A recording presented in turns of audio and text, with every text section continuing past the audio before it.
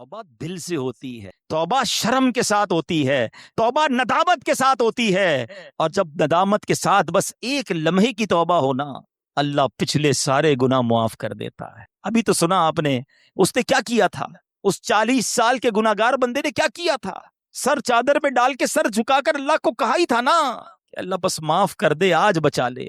اللہ کریم نے اس کے سبب بارش برسا دی۔ وہ دل کا کنیکشن ریکوائرڈ ہے، وہ دل سے محبت اللہ سے درکار ہے، پھر اللہ پچھلے سارے گناہ معاف کر دے گا۔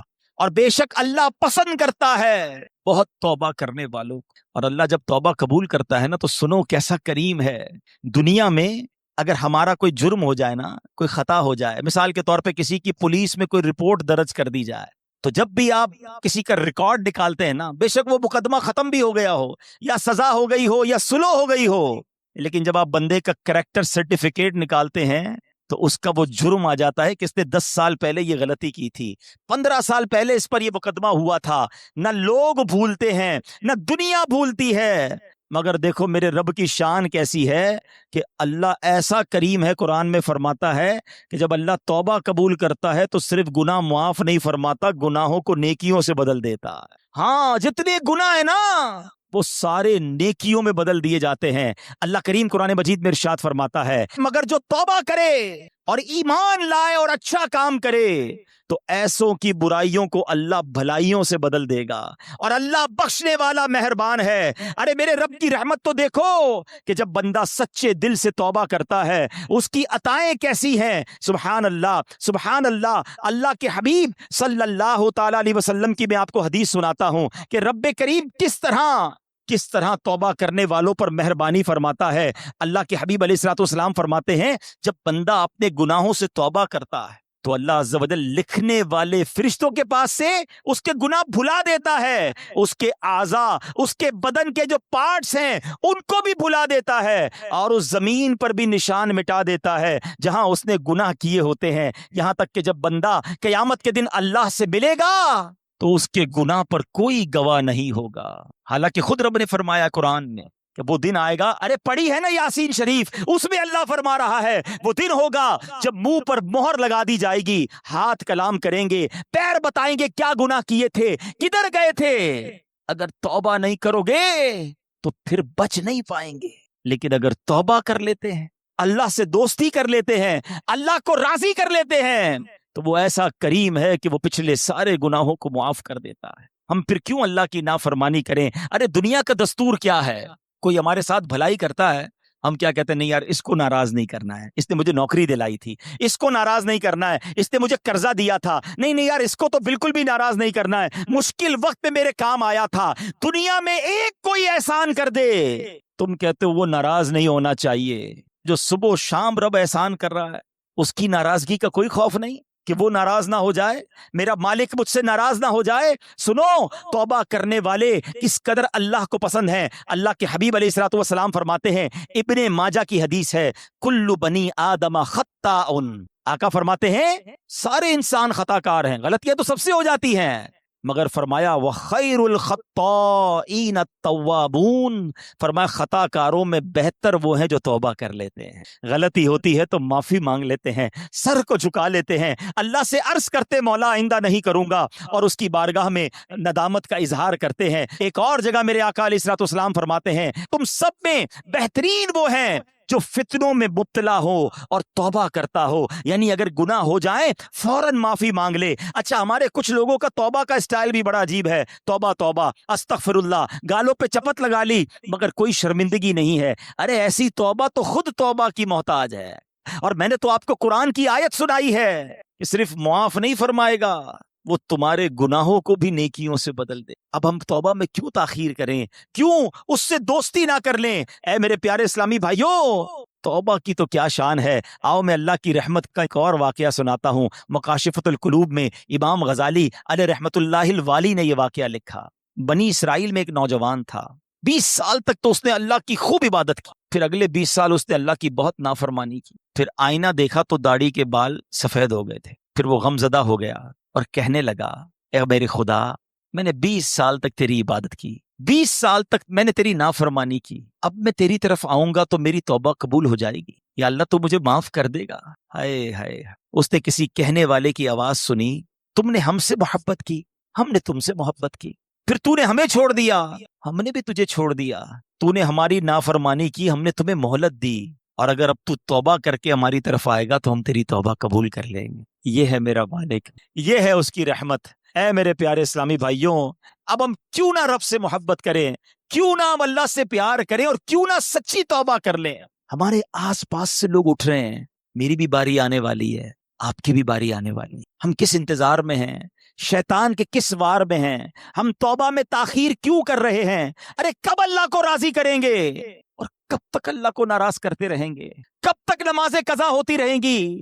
کب تک آنکھیں حرام دیکھتی رہیں گی؟ کب تک میرے اور آپ کے کان حرام سنتے رہیں گے؟ اے حرام کمانے والے, کب تک حرام کماتا رہے گا؟ بدکاری کرنے والا, بے حیائی کرنے والا, نام محرم لڑکیوں اور عورتوں سے دوستیاں کرنے والا سوچے کب تک تم یہ گل چھڑے اڑا لو گے؟ جوا کھیلنے والا سوچے کہ کب تک میں یہ کام کر لوں گا؟ ارے اچانک یہ اعلان ہوگا کہ فلاں کا انتقال ہو گیا ہے, ہمارے ہی دوست ہمیں کاندھوں پر اٹھائیں گے, ہمیں قبر میں ڈال کر آ جائیں گے. یہ دوست جو آج تھوڑی سی ہماری گھبراہٹ پر ہمارے ساتھ کھڑے ہو جاتے ہیں, پتہ ہے جب قبر میں اتاریں گے نا تو لوگ کہہ رہے ہوں گے ذرا صحیح طریقے سے مٹی ڈالو, کوئی سوراخ باقی نہ بچ جائے. ہوا بھی نہیں چھوڑیں گے, ایک سوراخ بھی نہیں چھوڑیں گے, مجھے اور آپ کو تنہا قبر میں چھوڑ کر آ جائیں گے. پھر کیا ہوگا؟ میرے اور آپ کے پاس کیا بچے گا؟ یہ مال, یہ دولت, یہ گاڑی, یہ گھر, یہ شہرت, سب کچھ پیچھے رہ جائے گا.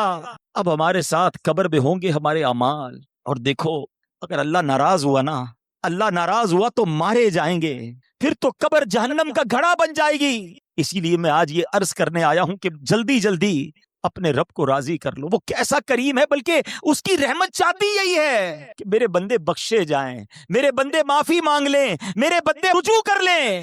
مگر یہ بندہ ہے جو رجوع نہیں کر رہا, یہ بندہ ہے جو اس سے دوستی نہیں کر رہا. خدا را میں آج کے بعد اللہ کے فرما بردار بندوں میں شامل ہو جاؤں. سنو وہ کیسا کریم ہے. حضرت سیدنا ابو ہریرہ رضی اللہ تعالیٰ عنہ سے بروی ہے, رسول اللہ صلی اللہ تعالیٰ علیہ وسلم کا فرمان عالی شان ہے کہ جب کوئی بندہ گناہ کر لیتا ہے اور پھر کہتا ہے کہ اے مولا میں نے گناہ کر لیا, مجھے معاف کر دے, تو اللہ فرماتا ہے میرا بندہ جانتا ہے کہ کوئی اس کا رب ہے جو گناہ معاف بھی کرتا ہے اور اس پر پکڑ بھی لیتا ہے. میں نے اپنے بندے کو بخش دیا. پھر جتنا رب چاہتا ہے بندہ ٹھہرا رہتا ہے, اس کے بعد پھر کوئی گناہ کر لیتا ہے, پھر عرض کرتا ہے الہی میں نے پھر گناہ کر لیا ہے, پھر مجھے معاف کر دے. تو رب کریم فرماتا ہے میرا بندہ جانتا ہے کہ کوئی اس کا رب ہے جو گناہ کرنے پر پکڑ بھی لیتا ہے اور معاف بھی فرما دیتا ہے. میں نے اپنے بندے کو بخش دیا. پھر اس بندے سے پھر گناہ ہو جاتا ہے, وہ پھر اللہ سے کہتا ہے, تیسری بار کہتا ہے اے اللہ پھر گناہ ہو گیا ہے, اے رب کریم مجھے معاف کر دے. تو رب فرماتا ہے میرا یہ بندہ جانتا ہے کہ اس کا کوئی رب ہے جو گناہ کرنے پر پکڑتا ہے اور معاف مانگنے پر معاف بھی کر دیتا ہے. میں نے اپنے بندے کی بخشش فرما دی, اب جو چاہے کرے. یعنی اللہ اس کی بے حساب بخشش فرما دیتا ہے. اور یہ میں نے بخاری شریف کی حدیث سنائی. سوچو کیوں اللہ سے دوستی نہیں کرتے ہم, کیوں میرے پیارے اسلامی بھائیوں اللہ سے دوستی نہیں کرتے. ایک بار آج اللہ سے دوستی کر کے میں نے اور آپ نے سچی توبہ کر کے جانا ہے, اور اللہ کی بارگاہ میں یہی عرض کرنا ہے کہ مولا کمزور ہوں, گناہ ہو گئے, معاف کر دے. اے اللہ میں مانتا ہوں میں گناہگار ہوں, مجھے معاف کر دے. اے اللہ میں آئندہ گناہ نہیں کروں گا, مجھے معاف کر دے. اگر تو نے پکڑ لیا میں مارا جاؤں گا, میرے پاس کوئی حساب نہیں ہے, مجھے معاف کر دے. میں مانتا ہوں میں نے کئی بار توبہ کی مگر پھر گناہ کیے, مولا معاف کر دے. تجھ سے معافی نہیں مانگوں گا تو کس سے مانگوں گا؟ مولا معاف کر دے. اے اللہ تو ماں سے زیادہ اپنے بندے کو چاہنے والا ہے. آج کے اجتماع میں کرم کر مالک, معاف کر دے, کیونکہ مجھے نہیں پتا میری زندگی کی کون سی رات آخری رات ہے. کیا معلوم کسی کا انتقال آج بھی تو ہو سکتا ہے نا. ہے کوئی ایسا جس کے پاس یہ گارنٹی ہو کہ وہ آج زندہ گھر جائے گا؟ ہم میں سے تو کسی کو نہیں پتا. آگاہ اپنی موت سے کوئی بشر نہیں, سامان 100 برس کا ہے, پل کی خبر نہیں, پھر کس بات کا انتظار ہے؟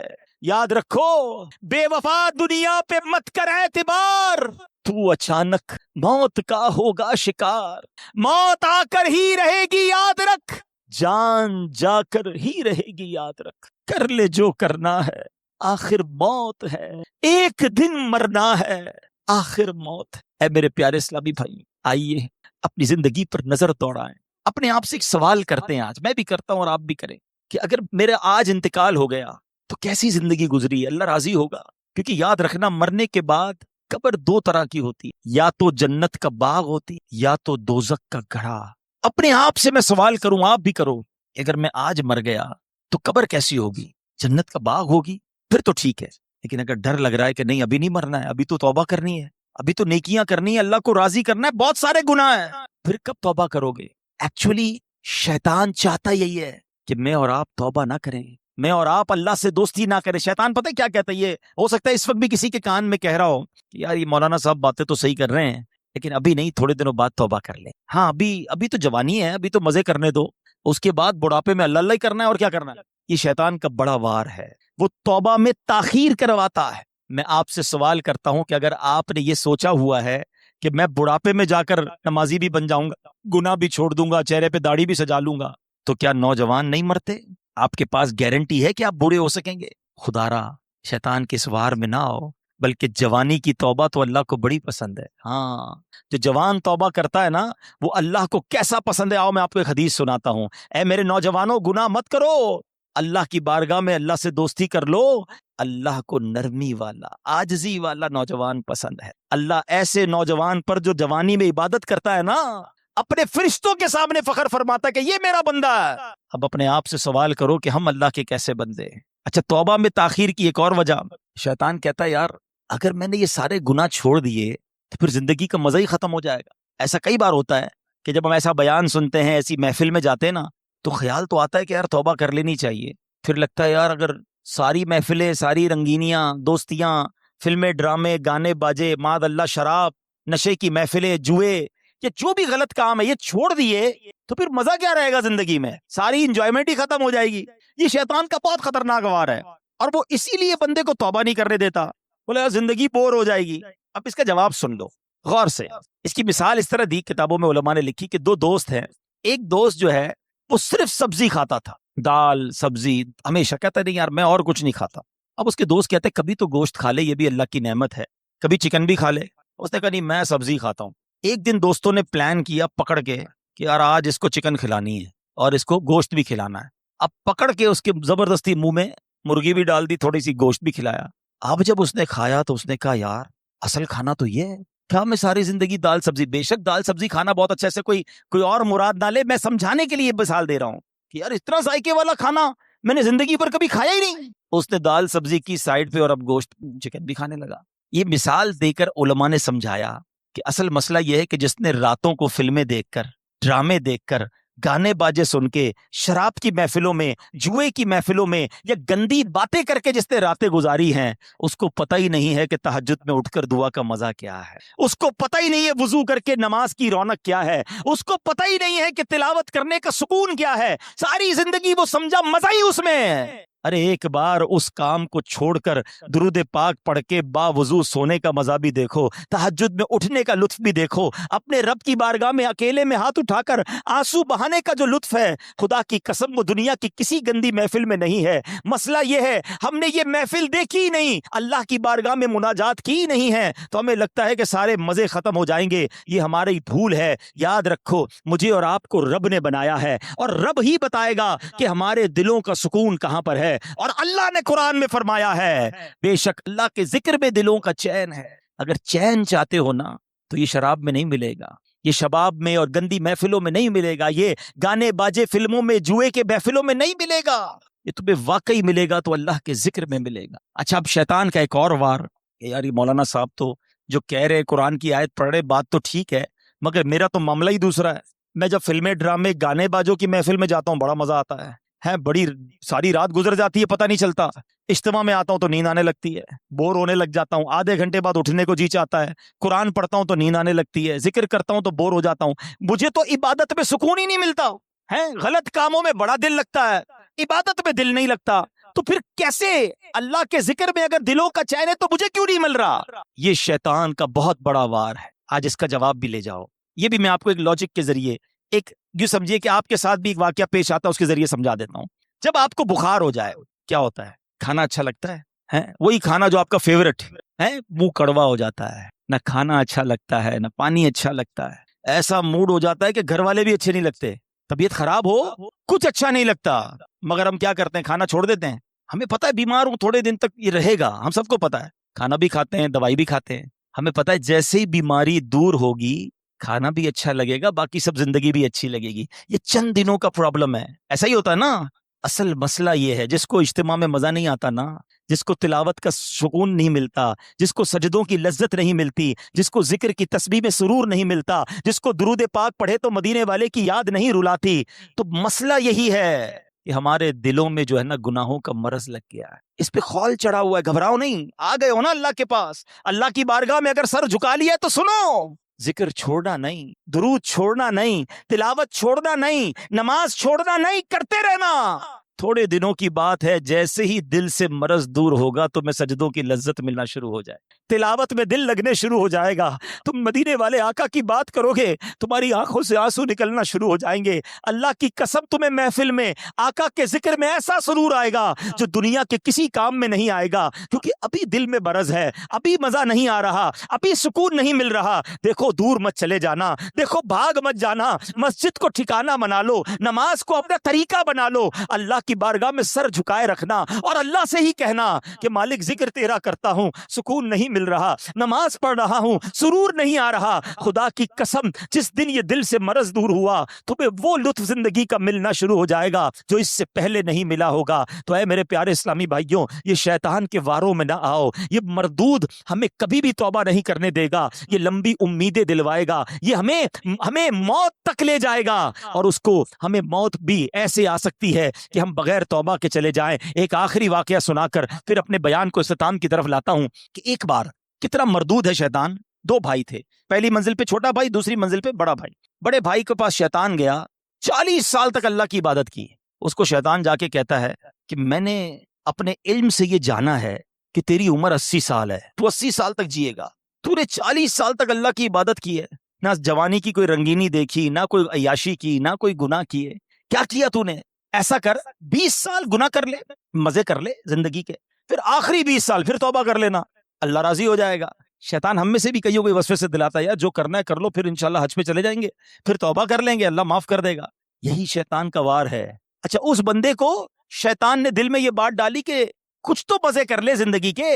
وہ سوچنے لگا یار یہ بات تو صحیح کر رہا ہے, میں نے تو کچھ کیا ہی نہیں, اور اگر میری زندگی 80 سال ہے تو 15-20 سال تو مزے کر لوں. اس نے سوچا میرا پہلی منزل پہ ہی بھائی رہتا ہے, وہ اس کا بھائی پکا نافرمان, شرابی, کبابی, سارے غلط کام کرنے والا. کہتا کہیں اور جانے کی کیا ضرورت ہے, نیچے ہی بھائی ہے اس کے پاس چلا جاتا ہوں, زندگی کے تھوڑے مزے اٹھا لیتا ہوں.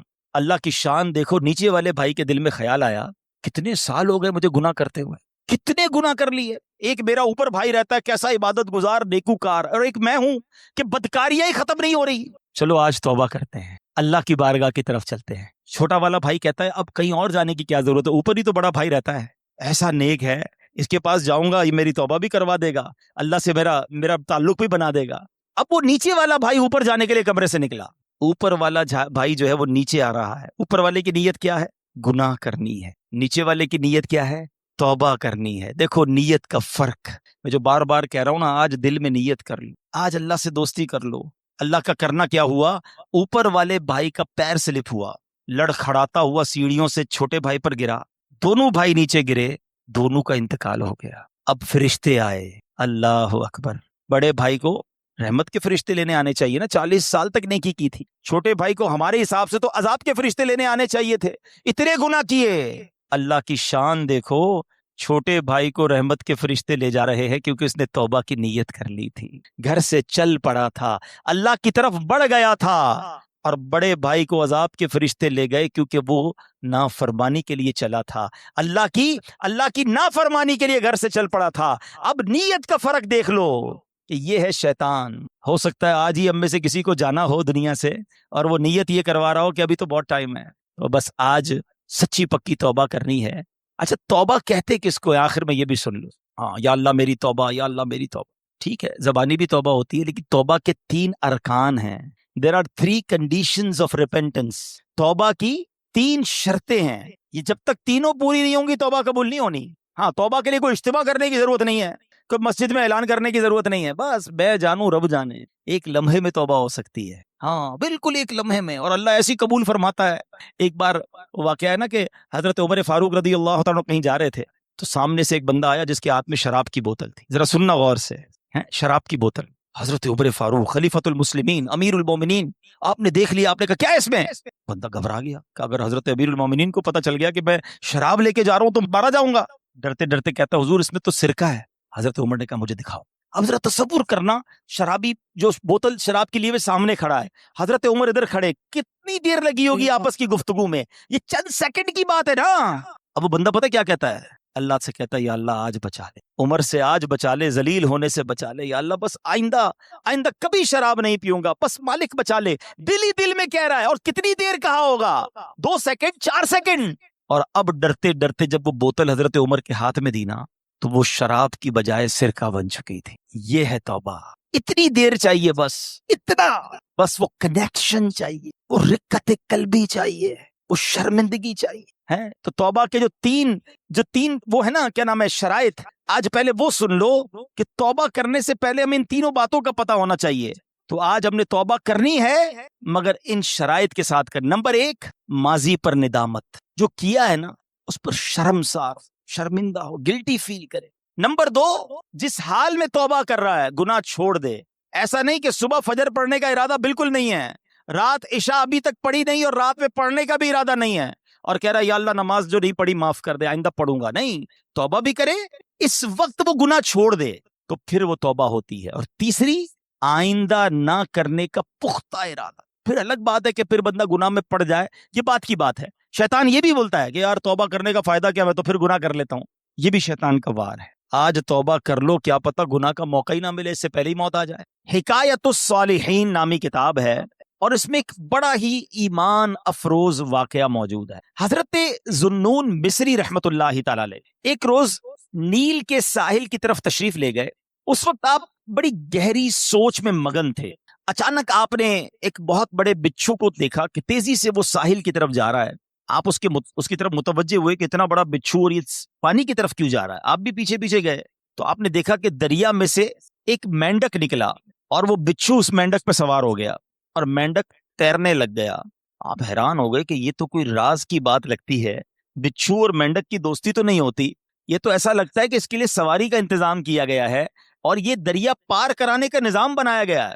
آپ کو بڑا تجسس ہوا، آپ بھی دریا پار کر کے دوسری طرف پہنچ گئے. مینڈک نے کیا کیا، اس بچھو کو اگلے کنارے پر اتار دیا. اب بچھو پھر چلنے لگا، آپ پیچھے جانے لگے. حضرت ذوالنون مصری رحمت اللہ تعالی دیکھتے ہیں کہ تھوڑا آگے گئے تو ایک شخص زمین پر مدہوش پڑا ہوا ہے، بے ہوش.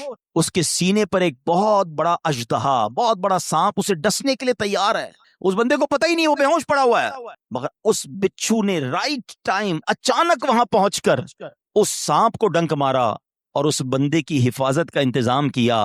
وہ سانپ وہیں پر مر گیا اور بچھو واپس چلا گیا. حضرت ذوالنون مصری حیران کہ مالک یہ تیرے عجب راز ہیں، اس بے ہوش بندے کو تو پتہ ہی نہیں ہے کہ اس کی حفاظت کے لیے تو نے انتظام کیا کیا ہے. لیکن حضرت ذوالنون مصری رحمت اللہ تعالی علیہ سب کہتے ہیں کہ میں سمجھ گیا کہ یہ بندہ ہے بہت بڑی چیز، اللہ کا بڑا نیک بندہ ہے کہ اس کی حفاظت کے لیے رب نے دوسرے علاقے سے بچھو بھیجا جس نے سانپ کو ڈسنے سے روک لیا، حالانکہ بندہ بے ہوش پڑا تھا.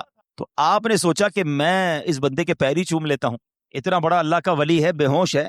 وہ جیسے قریب ہوئے نا تو آپ کو اس بندے کے منہ سے شراب کی بدبو آئی. آپ حیران ہو گئے کہ شرابی، گناہگار، اور اس کی حفاظت کا ایسا انتظام.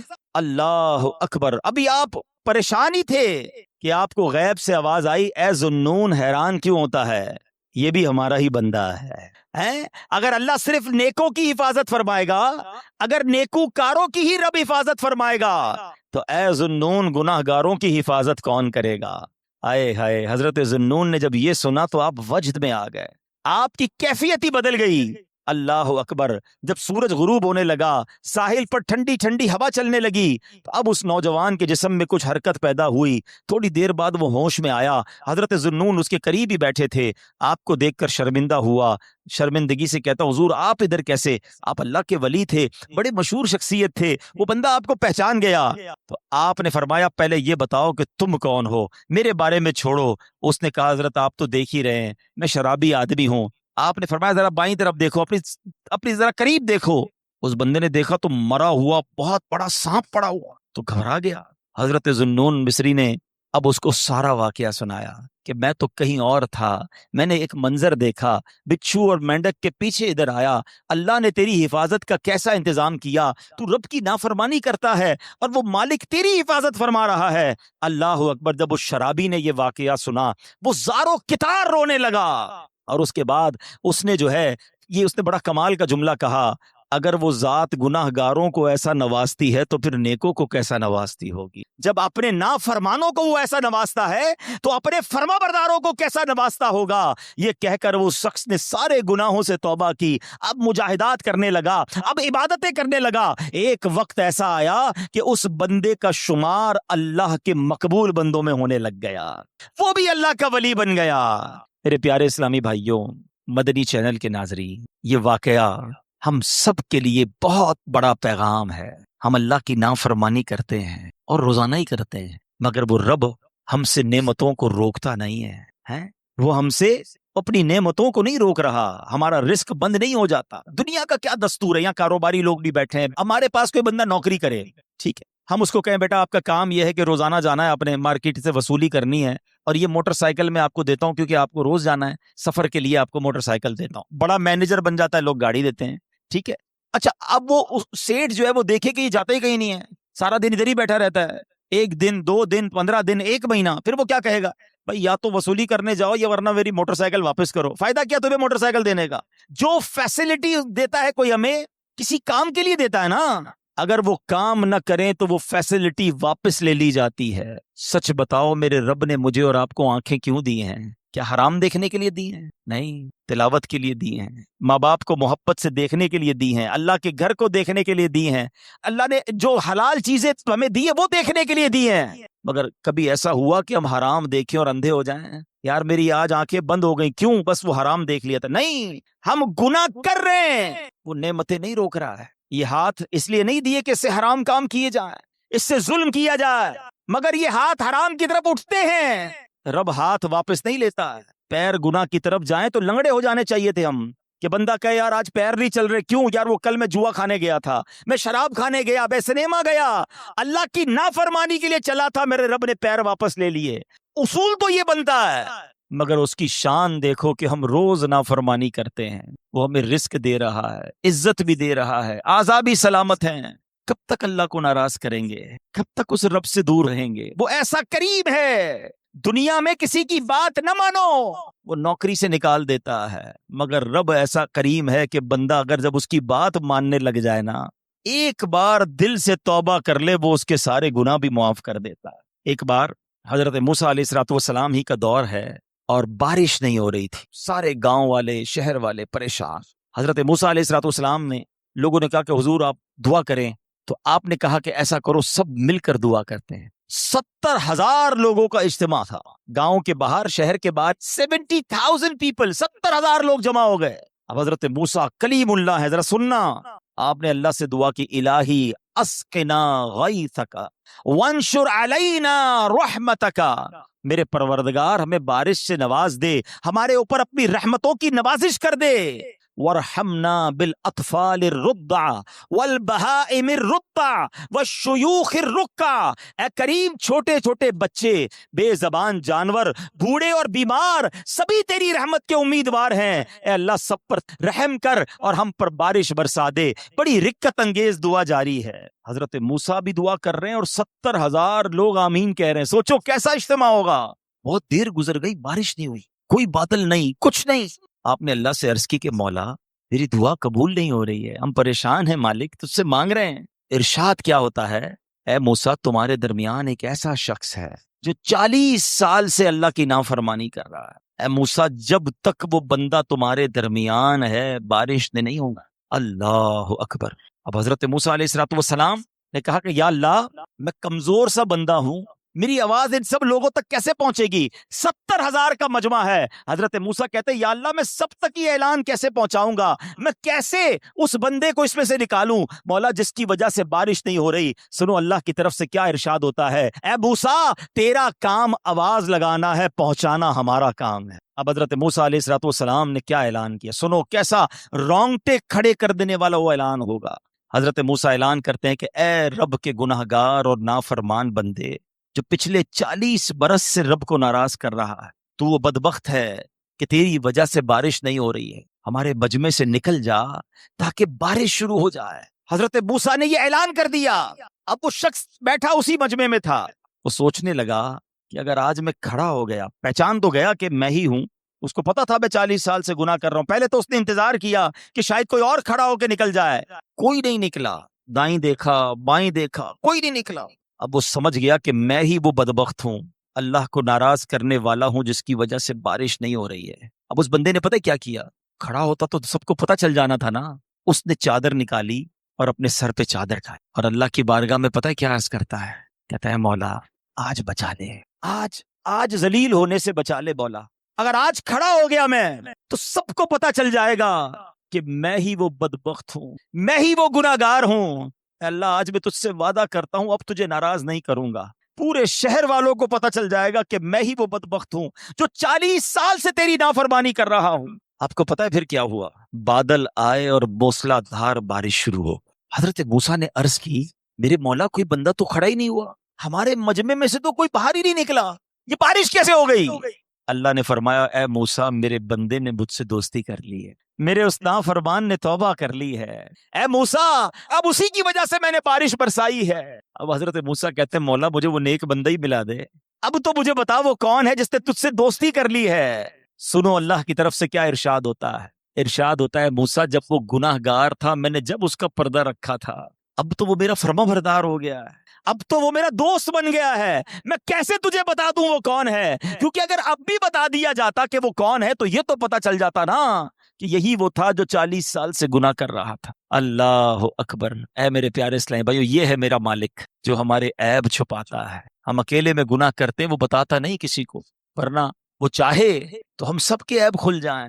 جو لوگ ہمیں عزت سے دیکھتے ہیں، جو محبت سے ملتے ہیں، جو ہمیں بڑے نیک سمجھتے ہیں، اللہ تو جانتا ہے نا ہماری حالت کیا ہے۔ وہ پنجابی شاعر کہتا ہے نا دنیا والوں کو پتہ چلتا ہے نا ہمارا ایک عیب، ایک فوراً میسج چلائیں گے پتہ چلا اس نے یہ کیا ہے، ہاں ماں باپ بھی گھر سے نکال دیں گے۔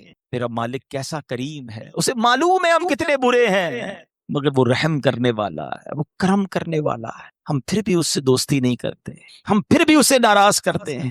پیارے اسلامی بھائیوں کب تک ہم گناہ کرتے رہیں گے؟ کب تک اللہ کو ناراض کرتے رہیں گے؟ اگر وہ مالک ناراض ہو گیا تو برباد ہو جائیں گے۔ اس کی رحمت چاہتی ہے کہ میں اور آپ بخشے جائیں، مگر ہم ہیں کہ یا تو توبہ نہیں کرتے، اور توبہ کرتے ہیں تو پھر اس پر قائم نہیں رہتے۔ حالانکہ نبی پاک علیہ الصلوۃ والسلام کی کیسی کیسی حدیثیں ہیں کہ جو توبہ کرتا ہے اللہ اس سے کتنا راضی ہوتا ہے۔ ہمارا کام توبہ کرنا ہے اور اللہ سے عرض کرنا ہے مولا استقامت دے۔ تو اے میرے پیارے اسلامی بھائیو آؤ آج اپنے رب کے حضور سچی پکی ہم نے توبہ کرنی ہے، اور یہی دعوت اسلامی کا پیارا ماحول ہمیں سکھاتا ہے۔ ہم اللہ کے قریب ہو جائیں، اللہ کے نیک بندے بن جائیں، گناہوں والی زندگی کو چھوڑ دیں۔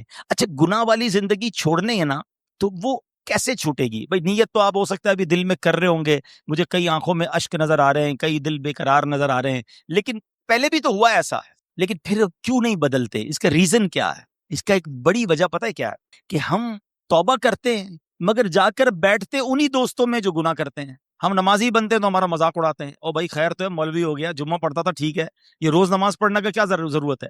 اب جب دوستی مذاق اڑانے والے بندہ پھر نماز چھوڑ دیتا ہے۔ اگر واقعی نیک بننا چاہتے ہو، اگر آج یہ طے کر لیا ہے نا کہ اللہ سے دوستی کرنی ہے، اب گناہ نہیں کرنے، تو پھر ہمیں اپنی صحبت بھی بدلنی ہوگی، اپنی دوستیاں بھی بدلنی ہوں گی۔ دوست وہ ہوتا ہے جسے دیکھ کر خدا یاد آ جائے۔ سوال ہے میرا آپ سب سے، کوئی ایک دوست ایسا ہے جس کو دیکھ کر خدا یاد آتا ہے؟ ہمارے دوست تو ایسے ہیں جس کو دیکھو تو سنیما یاد آتا ہے، الٹے کام یاد آتے ہیں۔ ایسے دوست نہیں چاہیے، دوست وہ بناؤ جسے دیکھ کر خدا یاد آئے۔ میں گناہ کروں تو مجھے مسجد میں لے جائے، مجھے توبہ کرائے، نہ کہ گناہوں میں مددگار ثابت ہو۔ ہمارا پرابلم ہی یہی ہے، ہم نے دوستیاں ایسی رکھی ہیں۔ عطر والے کی دکان دیکھی ہے نا، پیسے خرچ کرو نہ کرو فری کی خوشبو مل جاتی ہے۔ یہ ہے اچھی صحبت، یہ اچھے بندے کی صحبت ہے۔ اور کہتے ہیں برے بندے دی صحبت یارو جویں دکان لوہاراں، کپڑے پاویں کچھ کچھ پئیے چنگا پہن ہزاراں، جتنے بھی کپڑے بچا لو، لوہار کی دکان پر جاؤ تو سوراخ ہو ہی جاتا ہے کپڑوں میں۔ یہی برے دوستوں کی صحبت ہے۔ کچھ لوگ کہتے ہیں میں شراب نہیں پیتا، دوست پیتے میں صرف بیٹھتا ہوں، میں جوا نہیں کھیلتا، دوست کھیل رہے ہوتے میں تو صرف کمپنی دیتا ہوں، میں غلط کام نہیں کرتا۔ ارے اللہ کے بندو، یہ دوست ہی ہوتے ہیں جو تمہیں حرام کی طرف لے جاتے ہیں۔ آج تم شراب نہیں پی رہے، مگر کل ایک دن آئے گا کہ تم شرابی بن جاؤ گے۔ آج تم نشہ نہیں کر رہے، لوگ کہتے نہیں میں تو صرف سگریٹ پیتا ہوں۔ ارے یہی سگریٹ تمہیں آگے جا کے پھر نشے والی سگریٹ بنے گی۔ آج تک کون سا ایسا شرابی اور جواری، یا مجھے جناب کوئی ایک نشہ ہی بتا دو کہ جس کو ماں باپ نے لا کر دیا ہو کہ بیٹا آج تُونے بڑا اچھا کام کیا، لے بیٹا شراب پی لے، ہیں؟ یا یہ آج چرس کا سگریٹ پی لے، یہ ہیروئن پی لے، کون پلاتا ہے؟ ہمیشہ یہ غلط عادت دوستوں سے ہی لگتی ہے، اور بندہ کہتا ہے مجھے اپنے اوپر بڑا اعتماد ہے، میں تو صرف بیٹھتا ہوں۔ یہ بیٹھنے والا ہی آگے جا کے برباد ہوتا ہے۔ چور بناتے ہیں، ڈاکو بناتے ہیں، غلط کاموں کی طرف لے جانے والے یہ دوست ہوتے ہیں۔ خدا را آج طے کر لو کہ میں نے دوست کسے بنانا ہے۔ ارے دوست تو وہ ہونا چاہیے جو زندگی میں بھی مجھے گناہوں سے بچائے، اور میں مر جاؤں تو میری قبر پر آ کر بھی مجھے ثواب پہنچائے۔ ہمارے تو ایسے دوست ہیں جن کو جنازہ ہی پڑھنا نہیں آتا، کیا ثواب پہنچائیں گے؟ اب طے آپ نے کرنا ہے کہ اگر واقعی نیک بننا ہے تو اپنی سنگتیں، اپنی دوستیاں بھی تبدیل کرنی ہوں گی۔ اور آج کے دور میں آپ کو دعوت اسلامی ایسا ماحول دیتی ہے، ایسے دوست دیتی ہے جو انشاءاللہ زندگی میں بھی آپ کو کام آئیں گے، اور مرنے کے بعد بھی آپ کے لیے ایصال ثواب کریں گے۔ آؤ آج میں بھی نیت کروں اور آپ بھی نیت کریں، پکی سچی آج نیت کرنی ہے کہ آج کے بعد میری کوئی نماز قضا نہیں ہوگی۔ ایسا نعرہ لگائیں کہ شیطان بھی ادھر سے بھاگ جائے۔ آج کے بعد ہماری کوئی نماز قضا نہیں ہوگی، فلمیں ڈرامے نہیں دیکھیں گے، گانے باجے نہیں سنیں گے، حرام روزی کے قریب بھی نہیں جائیں گے، شراب، جوئے اور غلط کاموں سے دور رہیں گے، آقا کی سنت کے مطابق زندگی گزاریں گے۔ یہ ہے وہ نیت جو آج کر کے جانا ہے۔ اور اگر اس نیت پر استقامت چاہیے تو آپ مدنی قافلوں میں سفر کریں، آپ دعوت اسلامی کے اجتماعات میں شرکت کریں۔ اللہ کریم مجھے اور آپ کو نیک اعمال کرنے کی توفیق عطا فرمائے۔